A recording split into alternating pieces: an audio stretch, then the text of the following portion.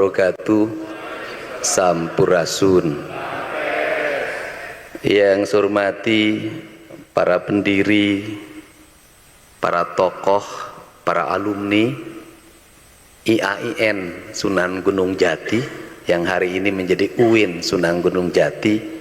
Salah satunya alumninya Pak Nukman, pernah menjadi wakil gubernur Jawa Barat bersama Pak Dani Setiawan. Ini sahabat saya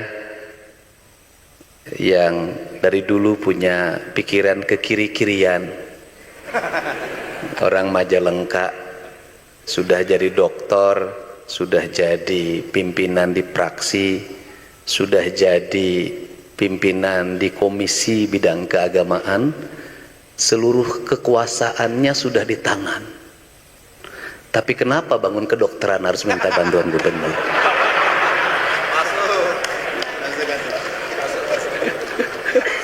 Kenapa Bapak tidak menggunakan power yang gitu besar hanya untuk mendatangkan anggaran 100 miliar gebrak meja di komisi, masa nggak selesai? Ya, tapi Kang Maman ini orang yang tidak pernah marah. Karena orang tidak pernah marah jadi jarang kebagian. Untuk itu dari sekarang Bapak sebagai representasi politisi Sunda tingalikeun kawani, leberkeun kawawanen. Tang waka datang kawin lamun can mawa duit triliunan. Pak Rektor yang saya hormati, saya ucapkan terima kasih. Saya paham kapasitas diri saya. Ya, doktor belum, baru daftar. Suruh ngasih kuliah orasi ilmiah di UIN. Saya tahu bukan itu. Saya diundang ke sini hanya satu harapannya, ada hibah ke UIN itu. Saya tuh udah paham bungkus-bungkus itu. Sampai lagu karya saya dinyanyikan, saya tahu. Semuanya ornamennya disunah-sunahkan, saya tahu tujuannya.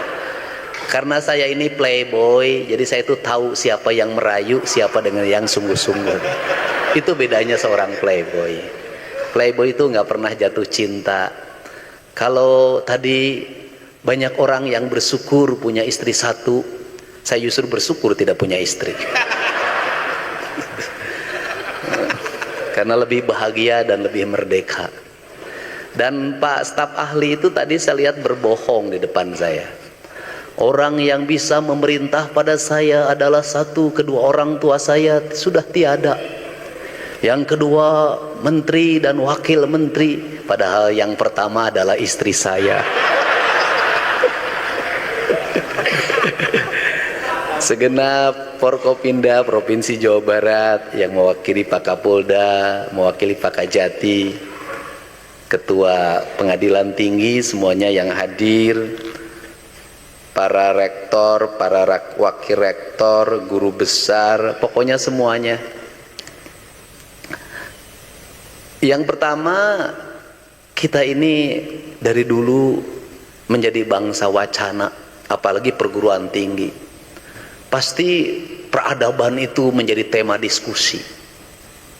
Dan kita ini bangsa yang lebih senang membicarakan peradaban dibanding dengan melakukan hidup yang beradab. Saya keluar rumah itu jam 5, itu kebiasaan saya jadi gubernur. Kenapa? Di sepanjang jalan itu saya mencoba untuk merubah cara berpikir orang. Saya jarang pakai pengawal, paling hanya motor dampingin saya. Itu pun saya pakai karena kasihan. Kasihannya apa? Sudah ditugasin oleh pimpinannya di tempat saya. Kalau saya tidak pakai kan ditarik lagi. Kasihan kehilangan honor tambahan dari gubernur itu nanti. Maka saya selalu kalau lihat ada sampah menumpuk saya turun. Saya videokan dan saya ambil. Untuk apa? Memberikan pelajaran. Kenapa? Peradaban besar itu lahir dari hal-hal kecil. Singapura itu berperadaban menjadi daerah yang sangat bersih. Itu dimulai dari revolusi toilet tahun 70-an. di mana Perdana Menterinya dengan tangan besi merubah masyarakatnya, bagaimana toilet bersih, bagaimana kamar mandi bersih, bagaimana halaman bersih, bagaimana pohon dijaga, bagaimana pemerintahan bersih, bagaimana anggaran bersih. Nah, kenapa itu dilakukan? Karena wacana itu hanya akan berakhir di pembagian snack dan makan siang. Tapi tindakan itu akan menjadi tauladan. Karena tindakan menjadi tauladan, saya orang yang begitu sangat berguru pada karuhunnya orang Sunda. Saya jujur aja sangat berguru pada karuhun. Dan karuhun pertama yang saya gurui adalah ibu saya. Itu karuhun pertama. Tidak bisa baca, tidak bisa tulis. Kalimat hidupnya sederhana, saeutik mahi loba nyesa. Karena saeutik mahi loba nyesa, manajemennya tidak di seminar, manajemennya tidak disimposiumkan, manajemennya tidak dalam kajian akademis yang terlalu panjang. Tapi manajemennya, saya katakan, yang paling utama manajemen dalam hidup itu adalah rasa. Maka rasanya digunakan. Karena rasanya digunakan, maka dia tahu anaknya yang ke-9 ini kalau makan, bagaimana dipastikan anak-anaknya cukup makan. Maka pilihan ibu saya almarhum adalah memilih tidak makan. Karena dia tahu kalau dia lebih dulu makan, maka bisa jadi ada anak-anaknya nanti kurang makan. Maka ketika saya tanya, saya selalu nanya, mitos mam teu acan. Ibu saya selalu menjawab, geus empek dalahar sing seubeuh. Pan mi manu nyangu, nah isuk ge bari nyangu, bari ngepeul ngahuap seubeuh mi mah sederhana. Dari mulai itulah manajemen dibangun, dia pastikan anak-anaknya makan. Karena dipastikan anak-anak makan, maka ibu mengorbankan dirinya untuk tidak makan. Berhasil kepemimpinan. Kang Maman tadi bicara tentang Iran. Ya gimana Iran gak sukses? Ulamanya sebagai pemimpin spiritual, pemimpin tertinggi, rumah aja gak punya. Tidak ngurusin hibah dan bansos. Dia memilih yang pertama meninggal dalam sebuah upaya mempertahankan kedaulatan. Nggak pidato berapi-api di Indonesia. Yang bela Palestina itu pidatonya nggak pernah berhenti, demonya dari dulu nggak pernah berhenti. Giliran sekarang perang Palestina lawan Israel, nggak ada satupun yang pergi untuk perang. Jangan-jangan komoditi. Makanya kita ini mencintai agama, mencintai Palestina, atau jualan agama dan jualan Palestina. Atau kita ini mencintai budaya atau jualan budaya. Kita ini mencintai Sunda atau jualan Sunda. Kan semuanya jadi komoditi. Maka itu menjadi pilihan. Maka saya katakan nih Kak, kalau cerita nih Kang Nukman, kalau bercerita pembelanjaan anggaran, saya ini adalah gubernur yang paling berat dari sisi anggaran. Sebelum saya memimpin 37 triliun. Begitu saya memimpin 31, 1 tahun memimpin 28. DBH kita sudah digunakan untuk kepentingan di pusat. Dan sebagai wakil pemerintah pusat, saya katakan dengan sukarela, dengan ikhlas, saya tidak akan protes. Hutang 3,8 ke Pemprov Jabar nggak ada masalah, nggak dibayar. Tapi UIN jangan minta ke saya, kan itu kewenangan pusat. Nah, tetapi sebagai gubernur otak saya harus jalan. Saya memahami perguruan tinggi harus jalan, gak ada masalah. Maka saya ada hitungannya. Hitungannya bagaimana? Oke, bangun fakultas kedokteran, nilainya berapa? Satu mahasiswa kedokteran Jawa Barat sampai selesai berapa? Kita tuker. Saya bangunkin sekian miliar, tapi nanti mahasiswa Jawa Barat, anak-anak orang miskin di Jawa Barat kuliah di sini gratis kedokteran. Saya nggak mau jadi gubernur yang dipuji-puji ngebagi hibah di mana-mana, nggak mau. Kenapa? Kalau pilih jadi gubernur tukang ngebagiin hibah, nggak usah belajar manajemen, nggak usah. Kenapa? Siapapun bisa jadi gubernur, tugasnya nggak bagiin hibah. Semua anak kecil juga bisa. Yang susah jadi gubernur adalah uang yang sedikit dibelanjakan dengan tepat, efektif untuk kenaikan IPM, untuk kenaikan sumber daya manusia, untuk kenaikan kesejahteraan yang sumbernya dari IPM itu. Ini yang menjadi problem kita. Maka saya selalu ketika anggaran menurun, saya senang. Kenapa? Pemimpin akan diuji oleh uang yang sedikit, bukan oleh uang yang banyak. Nah, sehingga dari kerangka itulah kita memulai peradaban. Kita mulai peradaban bagaimana? Kita mulai peradaban dari hal yang kecil, memungut sampah. Setelah memungut sampah, menyimpan sampah. Setelah menyimpan sampah, mengelola sampah. Setelah mengelola sampah, membangun energi dari sampah. Ini kan yang tahapan yang sekarang kemudian terkoneksi dengan keinginan Bapak Presiden tentang sampah. Saya sudah senang, satu problem ini selesai, kemarin sudah saya tanda tanganin. Kemudian waktunya cukup apa? Itu hanya cukup 3 kali pertemuan. Satu, saya berinisiatif, yang kedua direspon, yang ketiga menteri telepon, yang keempat pertemuan, yang kelima tanda tangan dalam waktu 3 hari. Dulu Pemda Jabar itu bikin kajian sampah 10 tahun. Studi bandingnya udah kemana-mana. Kajiannya segini. Sampai sekarang proyeknya nggak jadi. Nah, apa sih? Harus belajar pada kearifan. Ini arif Sunda. 1, heureut nenden. Nu kadua saeutik mahi loba nyesa. Yang ketiga pokpek prak. Apa itu pokpek prak? Orang Sunda itu adalah orang yang terbuka. Kalau sesuatu omongin aja kayak saya. Kenapa? Karena itu ciri orang Sunda. Jangan disimpan-simpan, jangan dipendem-pendem. Kenapa? Jantung. Kalau nggak seneng sama gubernur ya ngomong aja, videokan aja. Saya jawab. Kenapa? Itu dialektika demokrasi di era media terbuka. Nggak usah lagi konvensi pers. Kenapa? Semua orang hari ini bisa bicara, bisa menyampaikan, nggak perlu berkumpul dengan berdemo. Cukup cerita saja. Setiap hari saya merespon itu dengan cepat. Kenapa? Ini dialektika. Ini ciri orang Sunda. Pok omongkeun. Ini problem kita sebagai orang Sunda ini kalah dalam politik, tuh wani ngomong. Pengen jadi rektor?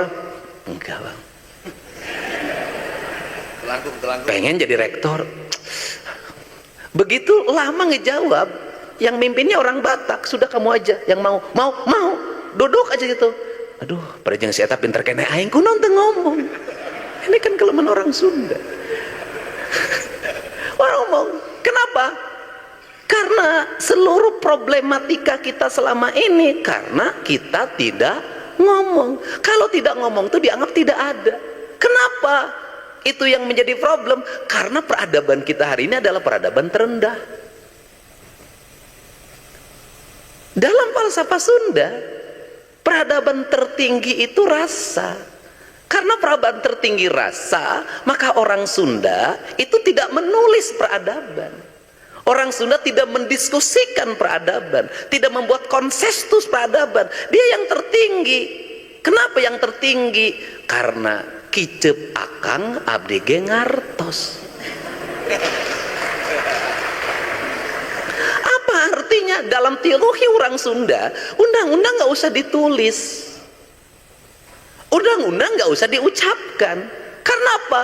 Dengan melihat, memandang, mendengar, dan merasa, maka dia bisa merasakan mana yang mesti dilakukan dan mana yang mesti tidak dilakukan. Sehingga tanpa wali pun datang ke Sunda, orang Sunda dari dulu tidak punya budaya makan babi. Peradaban tertingginya bakakak ayam, rumahnya bersih, pakai panggung, peradabannya peradaban bambu. Kenapa orang Sunda menggunakan peradaban bambu? Karena orang Sunda tahu bambu itu ketika ditebang tumbuh lagi, akan dihindarkan. Kenapa tidak pakai batu? Agar dijauhkan dari eksploitasi alam. Karena di Sunda menambang itu dilarang. Kenapa? Karena orang Sunda alam ini titipan. Karena titipan tugasnya ngajaga jeung ngariksa. Lamun kira-kira hirup di luhur tanah geus hirup, kunaon kudu ngagali tanah. Itu yang disebut makna laing sakartum.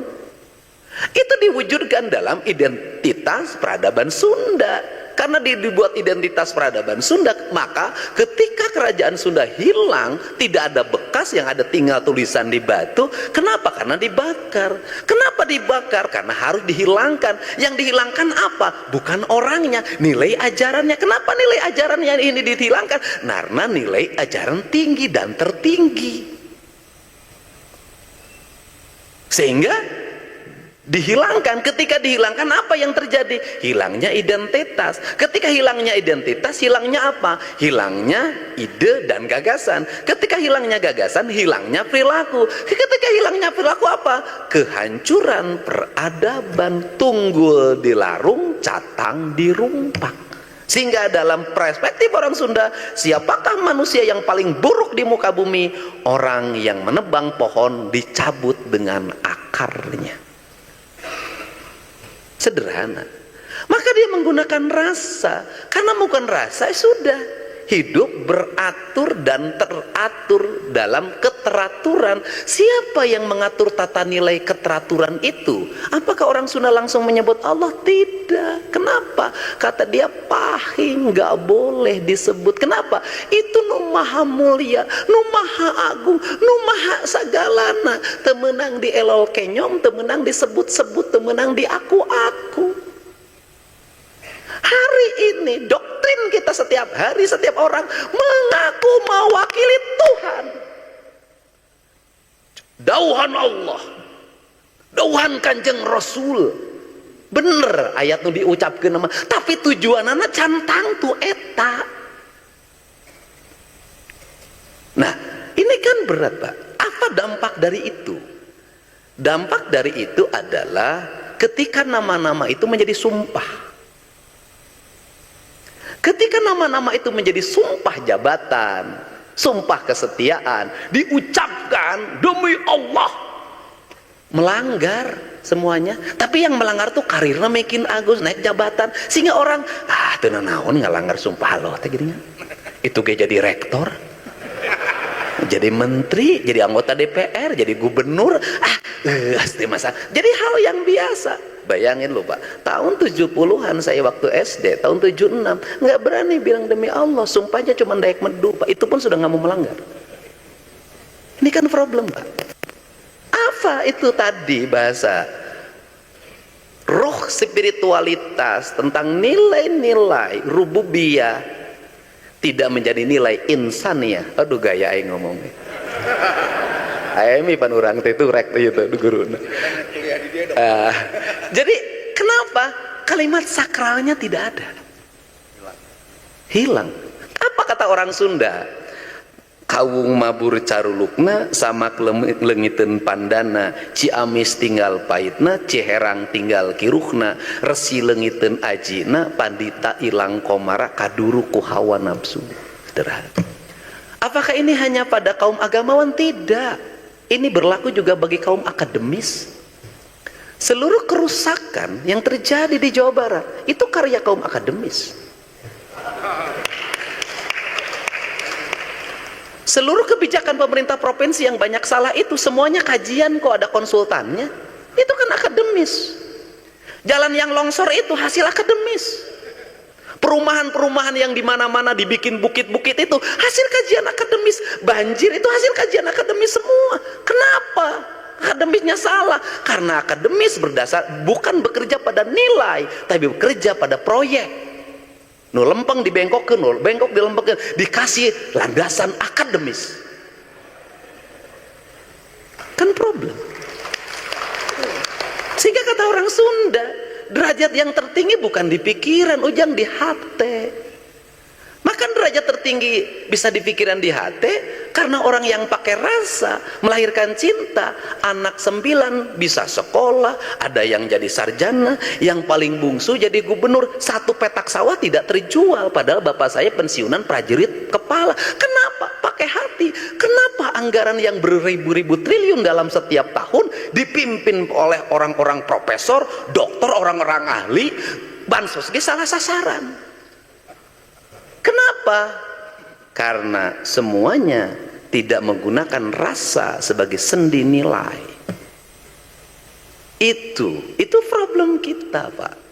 Karena ini problem kita, maka di sinilah perubahan dimulai. Saya mencoba untuk menyajikan, walaupun temporer dan sulit sebenarnya, saya mencoba untuk ini loh peradaban. Kita mulai dari sini, kita mengarah ke sini, kita tujuannya ke sini. Ini. Nah, kemudian apa yang menjadi titik lemah kita hari ini? Dari sisi perilaku hidup, saya mempelajari tentang orang Sunda, orang Jawa Barat secara umum. Apa yang membuat ketertinggalan? Yaitu perilaku yang apa? Perilaku yang konsumeris. Perilaku konsumeris apa? Banyak melakukan sebuah perkara yang dia tidak cukup kapasitas untuk melakukan itu. Makanya bahasa saya sederhana.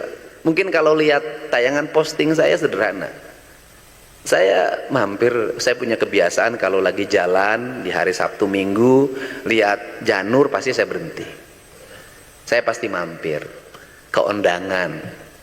Jadi tamu dadakan. Ini sederhana, Pak. Saya selalu melihat makanan yang dimakan itu tidak habis. Kenapa?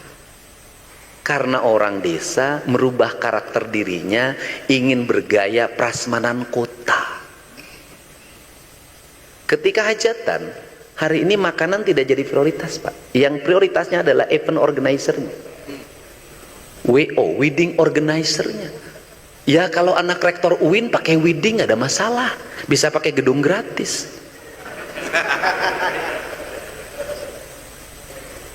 Ya bayangin loh, tinggal di kampung, penghasilannya di bawah 2 juta, anaknya kawinan belum kerja, pakai wedding.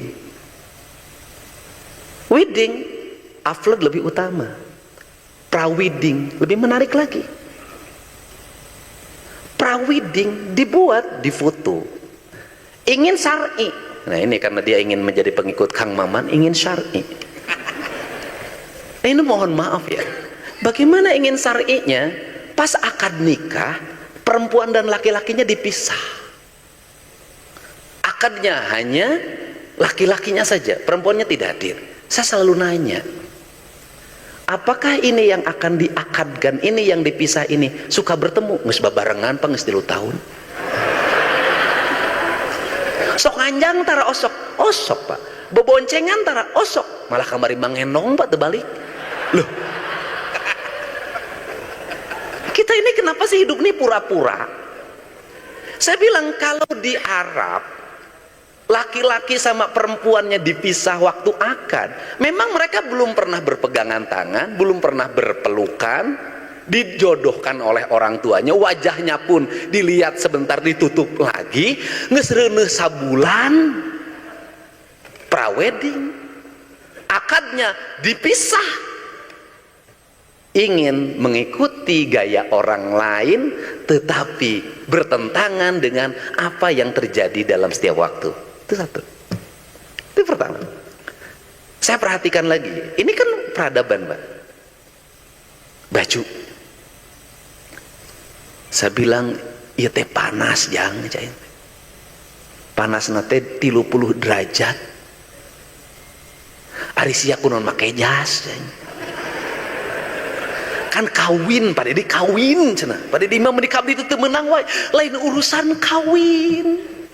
Urusan jas. Jas teh urang Eropa. Suhu udarana 18, 15, 5, bahkan aya nu minus. Make calanana wol ameh rada haneut. Make kamejana ditalikeun tepi ka dieu. Ameh ieu teh teu tiris, terus di talian make dasi.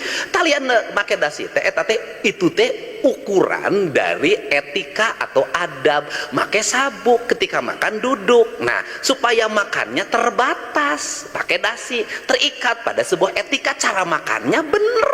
Urang mapan nges acara dies natalis make jas isuka engke dahar dibuka heula sabukna.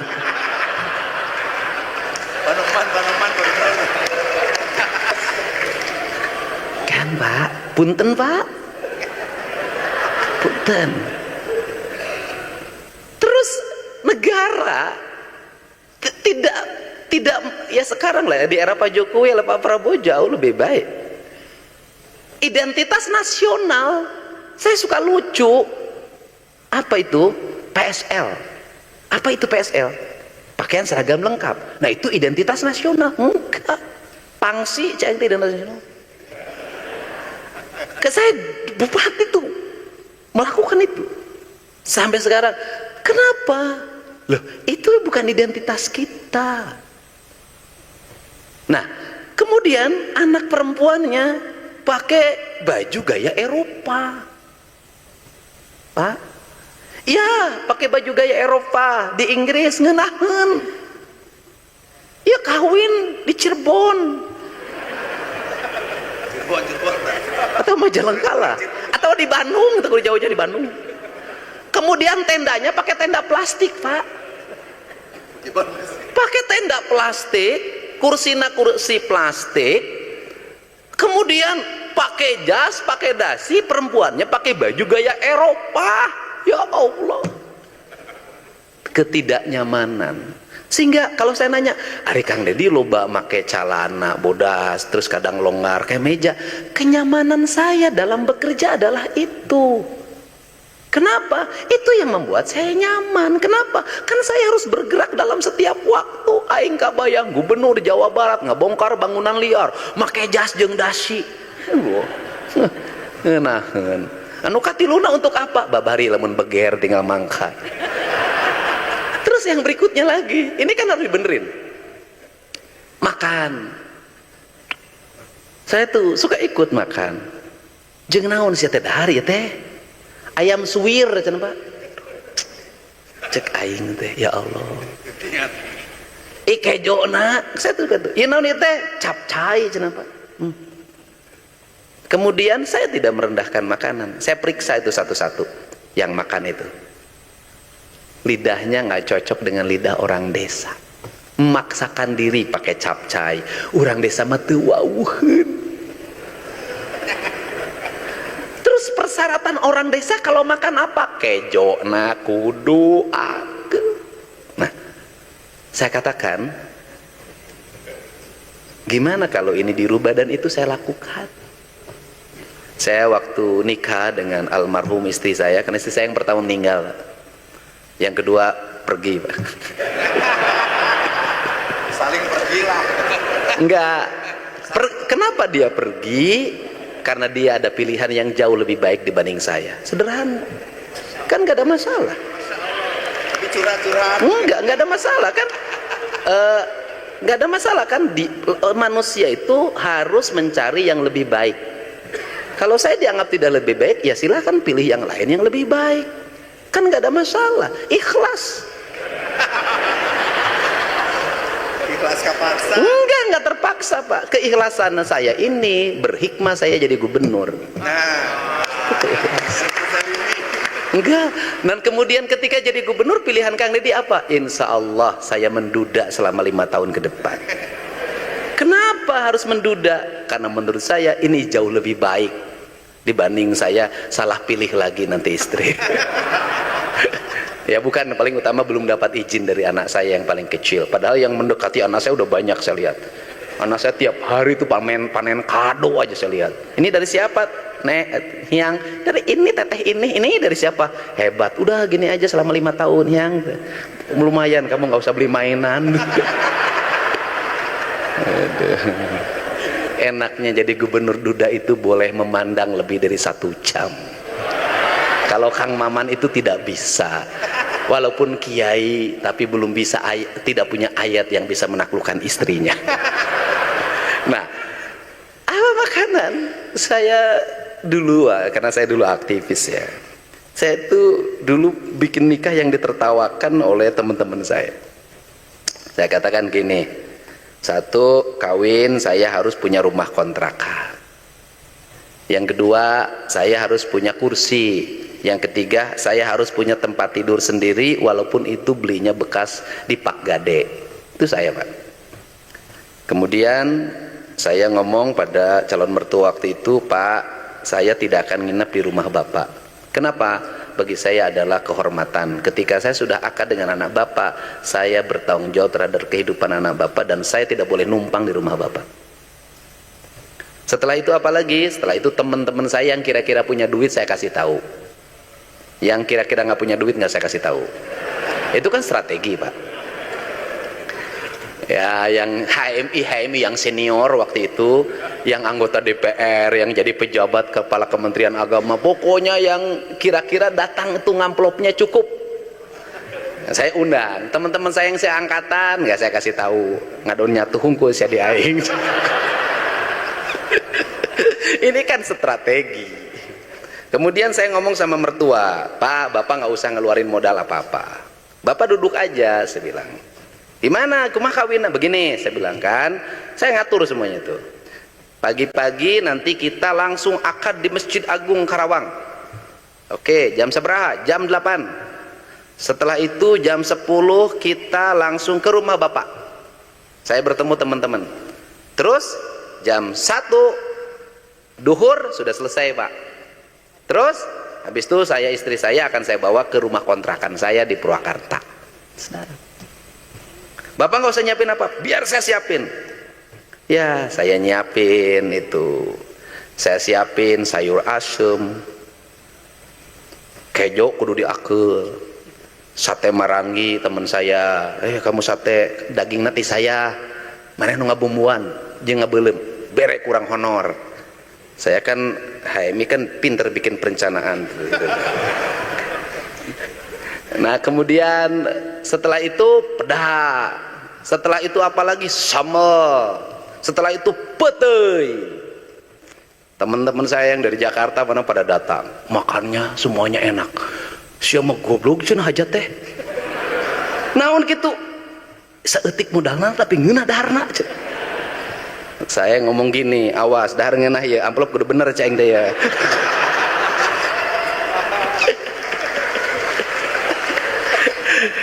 Ya lumayan tuh, modal sedikit hasilnya banyak. Awas nih, mertua nggak boleh ngambil nih amplop nih. Saya bilang saya yang punya modal. Batu pas saya sok lempek lah, jangan itu saya beres dari situ. Alhamdulillah besoknya saya beli motor untuk modal dagang beras. Itu, Pak. Jadi yang ini aja harus dirubah. Saya mau bikin surat edaran, pasti diprotes. Sudahlah. Anak-anak Gen Z ini yang sekarang mau nikah ini, sudahlah, kalau orang tuanya nggak mampu, nggak usah maksain diri hajatan segala macam, nggak usah. Pagi-pagi datang ke KUA, akad, sore sudah pulang, besoknya sudah dagang lagi. Itu cara. Kenapa? Cina, Pak, tidak akan ada seperti sekarang kalau tidak punya perilaku yang hebat seperti kebudayaan mereka. Dan bertahannya hari ini yang paling menarik adalah saya banyak menyelesaikan problem ini karena orang Jawa Barat banyak menjadi pengantin pesanan. Nah, apa problemnya? Bayangin, perempuan Cina itu hari ini karena jumlahnya makin sedikit, laki-laki makin banyak, itu menjadi seorang yang punya daya tawar yang sangat mahal. 500 juta itu nggak berarti di sana. Kenapa? Karena biaya hidup sangat mahal, dan menikah dengan orang Cina biayanya mahal. Karena menikah dengan orang Cina biaya mahal, yang jadi korban adalah orang Jawa Barat. Kenapa? Karena orang Jawa Barat begitu dengar nanti di sana nikah maharnya 100 juta, mangkat. Dan ada agennya. Kenapa orang Jawa Barat terjadi seperti ini? Mindset. Kenapa? Orang Jawa Barat kajen teuing tekor asal soho, dirubah dengan satu pilihan. Menurut saya ini penting. Banyak orang yang bangkrut gara-gara pesta, tapi tidak pernah orang yang bangkrut karena anaknya sekolah. Nggak ada. Sehingga sekolah itu tidak ada rumusan kaya dan miskin. Asal punya keinginan, asal punya kemauan, pasti sekolah.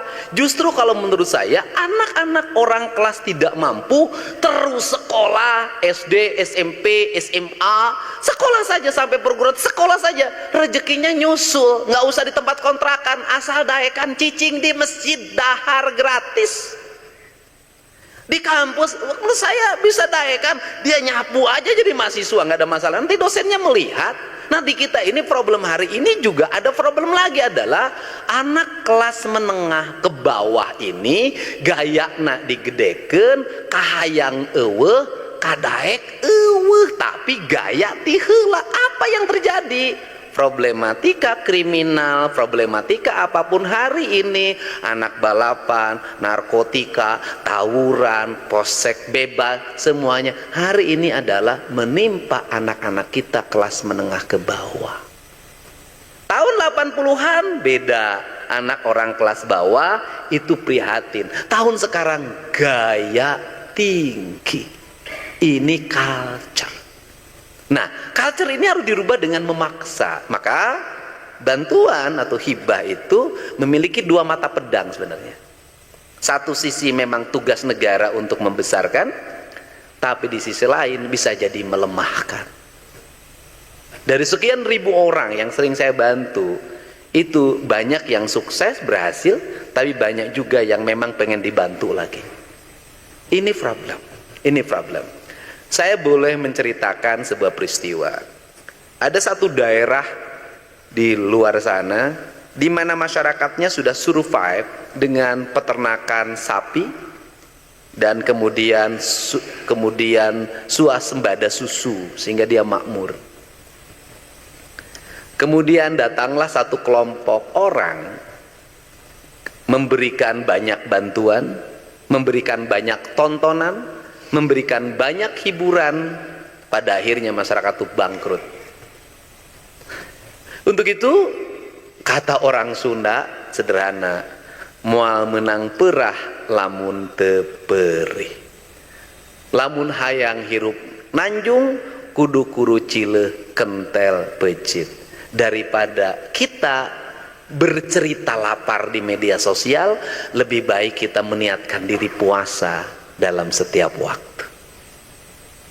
Ini saya waktu jadi Bupati Purwakarta, Pak Doktor Maman, saya pernah membuat pergub tentang guru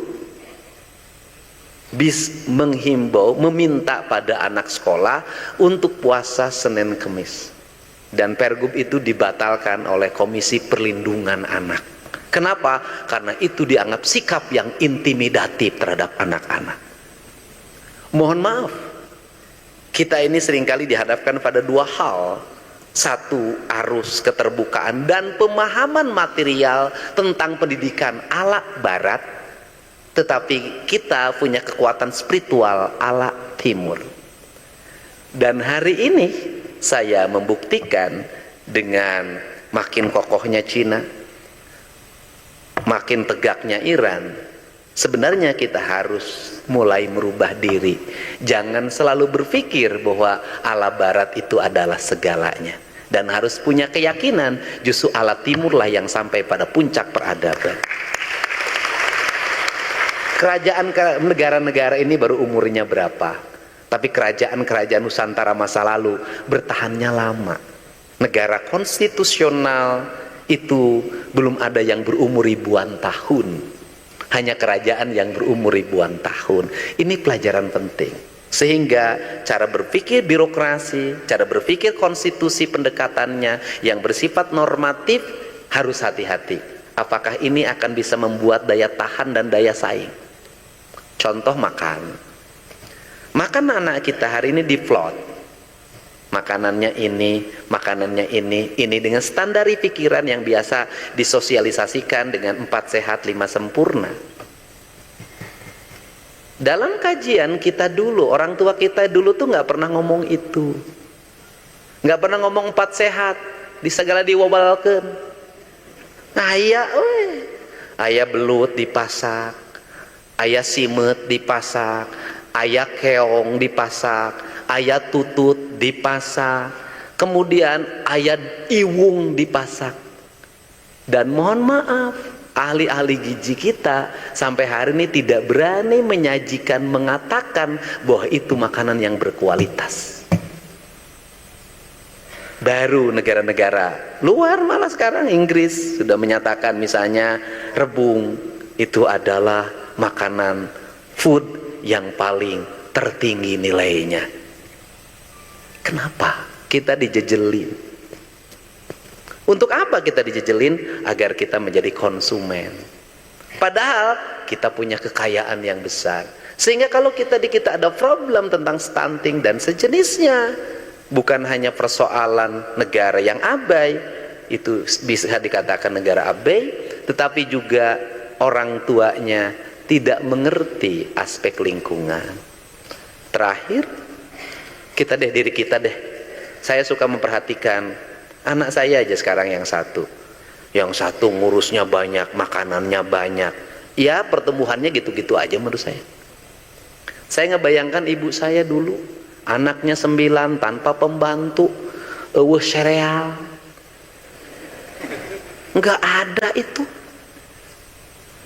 Susu impor nggak ada. Modal nage cai naon kanji naon. Terus apa lagi? Saya ingat saja itu kalau ponakan saya disuapin sama kakak saya, itu yang cukup jauh amon dikituan. Galede awakna teh nyanung malah. Sia teh baheula keur leutik sia teh nyanung leuwehan aing ceng teh. Oh atuh mah gagah cenah. Kan bayangin loh. Terus yang terakhir yang dilupakan oleh kita itu adalah nutrisi. Itu bukan hanya nilai-nilai material. Nutrisi adalah nilai-nilai spiritual. Kita lupa nutrisi yang sebenar. Nilai spiritual bukan formal, tapi nilai. Sehingga ibu-ibu sekarang ini anak-anaknya secara material anak-anaknya kelihatan sehat, gagah, tetapi secara spiritual dia lemah. Tidak bisa. Kenapa? Dia lebih rindu pembantunya hilang dibanding ibunya yang tidak pulang. Spiritual. Jadi banyak anak-anak hari ini kalau yang ngasuhnya hilang nangis, indungna teu balik teu ceurik. Tuh, hati-hati itu nilai. Nah, sehingga kalau sudah seperti itu, mohon maaf, anaknya tidak bisa dikendalikan.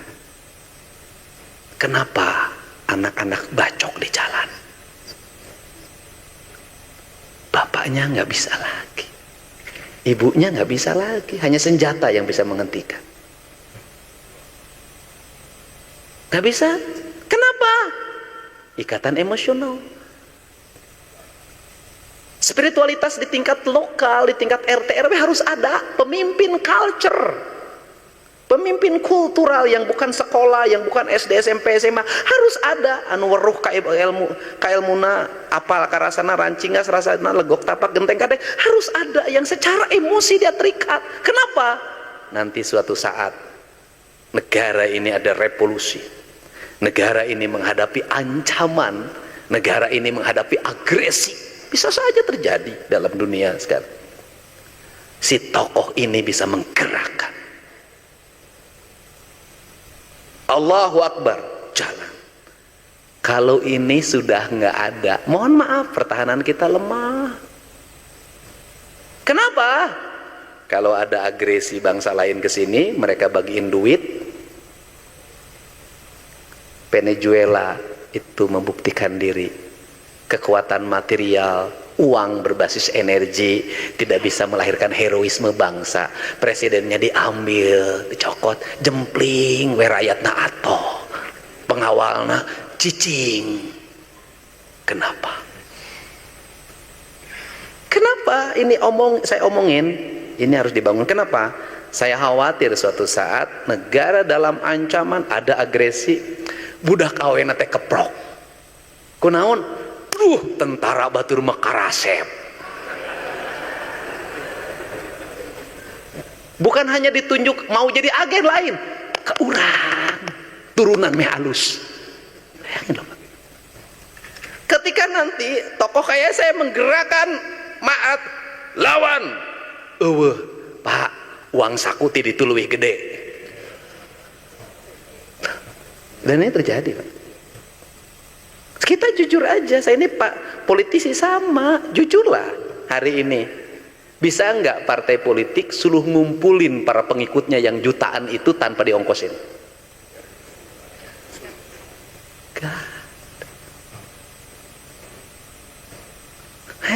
Gak ada, Pak. Yang masih berkumpul tuh hanya dalam majelis-majelis keagamaan. Itu pun di pilihan. Nah, rame teu ceramahna. Nu teu ceramahna rame tidak terkenal tuh. Ikatan emosi yang membuat orang berkumpul itu hanya pada dua, ke kiai harismatik dan ke artis. Rektor UIN kurang dicek lah. Sok kumpulkeun tuh di ditu di Masjid Al Jabar. Panggil ku rektor UIN, seluruh warga Jabar kumpul di dia. Hese, Pak, tadi dolakan mah. Balik kudu masih sistik. Nah, ini bahwa bahwa ada hal yang harus recovery. Negeri ini tidak boleh lepas dari kekuatan spiritualitas. Spiritualitas itu bersendikan ideologi, bersendikan histori, bersendikan sejarah, bersendikan filosofi, dan bersendikan budaya yang pada akhirnya itu kalau diakumulatifkan menggunakan teknokrasi maka akan mencapai kemajuan. Kata orang Sunda, kaluhur sirungan kahandap akar. Balik lagi pada bangunan kedokteran. Silahkan Bapak nanti bicara dengan tim Bapeda, nanti hitung-hitungannya, karena saya adalah gubernur pengusaha. Setiap yang dikeluarkan harus ada manfaatnya bagi Jawa Barat, gitu. Oke. Nah, ya. Selain gubernur pengusaha, juga memang saya sudah dikasih nama oleh warga KDM, yaitu Kang Duda Merajalela. Hatur nuhun Bapak Ibu, selamat berdies Natalis. Bapak Doktor, mudah-mudahan Pak, siapa? Kang Uin? Siap. APBN Pak. Hatur nuhun Pak, hatur nuhun. Wallahu muwaffiq ila aqwamit thoriq. Assalamualaikum warahmatullahi wabarakatuh. Dalam kesempatan memberikan orasi di sebuah kampus, Kang Deddy Mulyadi menyampaikan sejumlah pandangan yang cukup menarik. Bahkan beberapa di antaranya disampaikan dengan gaya satir dan humoshar dirinya. Salah satu bagian yang paling mencuri perhatian adalah ketika ia menyinggung alasan di balik undangan kampus kepada seorang gubernur. Dengan nada bercanda, Kang Deddy mengaku paham bahwa acara seperti ini seringkali bukan semata-mata karena ingin mendengar gagasan atau pemikiran seorang kepala daerah. Menurutnya, tidak seperti pihak yang berharap adanya akses terhadap bantuan atau hibah dari pemerintah. Ia bahkan mengibaratkan nalurinya sebagai seorang playboy yang bisa membedakan mana perhatian yang tulus dan mana yang memiliki tujuan tertentu. Kang Deddy juga menjelaskan kondisi keuangan pemerintah Provinsi Jawa Barat yang menurutnya sedang tidak mudah. Ia menyebut anggaran daerah terus mengalami penurunan dalam beberapa tahun terakhir, sehingga pemerintah harus lebih selektif dalam menentukan prioritas pengeluaran. Karena itu, ia menegaskan bahwa dirinya tidak ingin dikenal sebagai pemimpin yang populer hanya karena gemar membagikan hibah atau bantuan sosial. Baginya, ukuran keberhasilan seorang pemimpin bukanlah seberapa banyak uang yang dibagikan, melainkan bagaimana anggaran yang terbatas dapat digunakan secara efektif untuk meningkatkan kualitas hidup masyarakat. Suasana orasi semakin cair ketika Kang Deddy Mulyadi mulai membahas kehidupan pribadinya. Menanggapi sambutan para pembicara sebelumnya, ia melontarkan candaan mengenai statusnya sebagai duda. Dengan gaya humor yang mengundang tawa audiens, ia mengaku menikmati kehidupannya saat ini karena merasa lebih bebas dan merdeka. Bahkan, ia menyebut masyarakat kini memiliki kepanjangan baru untuk inisial KDM, yaitu Kang Duda Merajalela. Selain humor, Kang Deddy juga menyampaikan kritik terhadap budaya yang menurutnya terlalu banyak berbicara tetapi minim tindakan nyata. Ia menilai masyarakat seringkali sibuk mendiskusikan berbagai konsep besar tentang kemajuan dan peradaban, namun kurang serius dalam menerapkannya di kehidupan sehari-hari. Sebagai contoh, ia menceritakan kebiasaannya turun langsung ke lapangan pada pagi hari tanpa protokoler, yang tujuannya sederhana, yaitu untuk melihat kondisi yang dihadapi oleh masyarakat. Ketika menemukan persoalan seperti tumpukan sampah, ia memilih untuk langsung terlibat dan memberikan contoh tindakan daripada sekedar memberikan instruksi. Dalam kesempatan yang sama, Kang Deddy juga menyindir kebiasaan birokrasi yang terlalu lama berkutat pada kajian dan studi banding. Menurutnya banyak persoalan yang bertahun-tahun hanya dibahas dalam rapat dan laporan tanpa pernah benar-benar diselesaikan. Secara keseluruhan, orasi tersebut berisi perpaduan antara humor, kritik sosial, dan pengalaman pribadi, serta pandangan Kang Deddy mengenai kepemimpinan dan tata kelola pemerintahan. Gaya penyampaiannya yang santai namun lugas membuat berbagai pesan yang dia sampaikan mudah dipahami oleh audiens. Cukup sekian dari saya, kurang lebihnya mohon maaf. Wassalamualaikum warahmatullahi wabarakatuh.